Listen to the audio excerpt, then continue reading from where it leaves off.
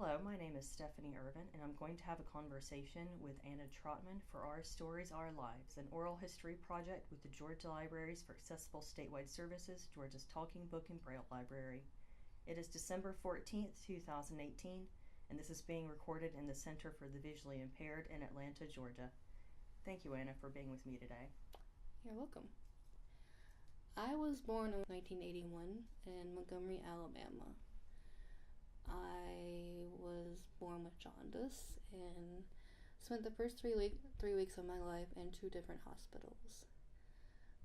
Mainly because they thought I was going to be retarded. But it turned out that I had blood clots on both of my kidneys that would continue to decline until I was 16 years old when they finally failed. When I was learning to walk, my parents noticed that my eyes would go back and forth, so I had stagmus nutans from chickenpox. And they also noticed that I couldn't tell the difference from where the carpet started and the tile ended. So they knew that I had some depth perception problems. We moved to Gwinnett County in 1985, and they also knew that I had some problems with my speech, so I started speech therapy when I was 4 years old. I went to public school, Centerville Elementary, Shiloh Middle School, and Shiloh High School.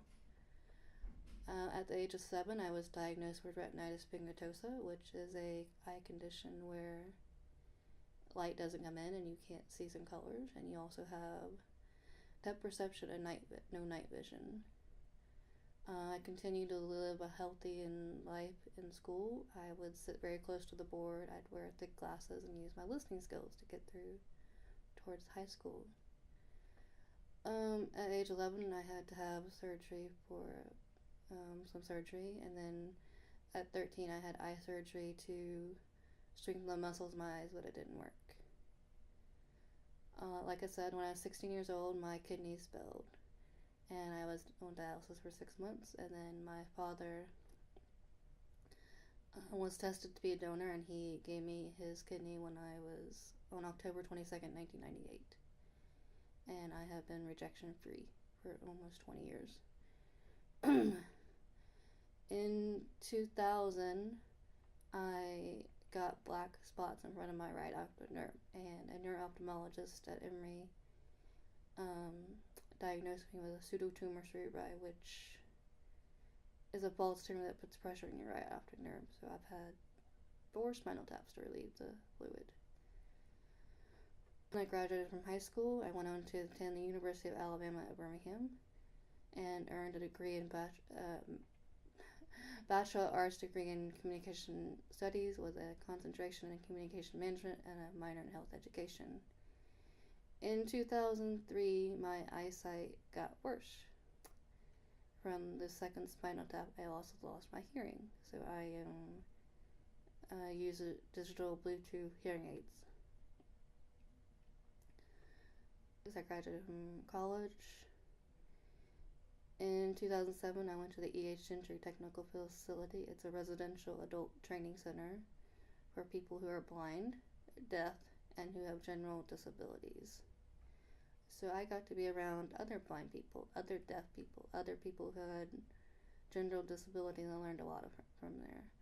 That is where I learned Braille in about 4 months and use it every day since.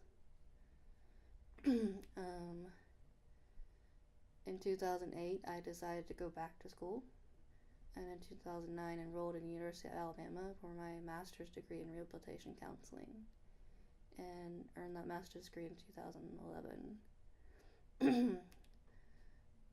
From there, I didn't really know what to do, and my parents had always taught me that even if you have obstacles in your lives, you don't give up. So after my master's degree, I did some paid work experiences and found the love of Braille again and teaching it to adults who are blind at the Alabama Institute for the Deaf and Blind.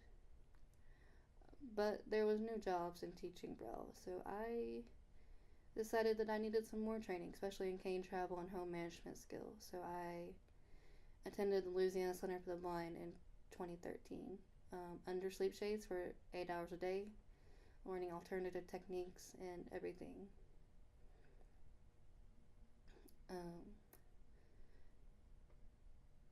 Then in 2015, I got a job as a vocational rehabilitation counselor at the Iowa Department of Blind. But that didn't really work out because it was isolation. It was with people that were not very friendly or nice, and it was just very isolated. So after that, came home, started looking for Braille instructor jobs, and found this incredible, amazing opportunity at the Center for the Visually Impaired teaching adults in Braille.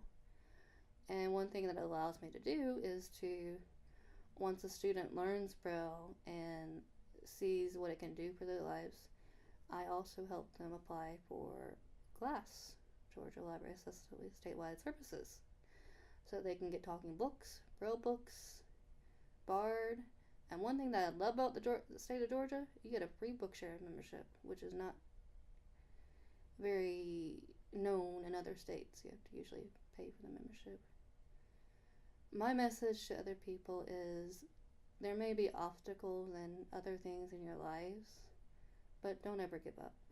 And always find mentors and people that can help you and show you the way.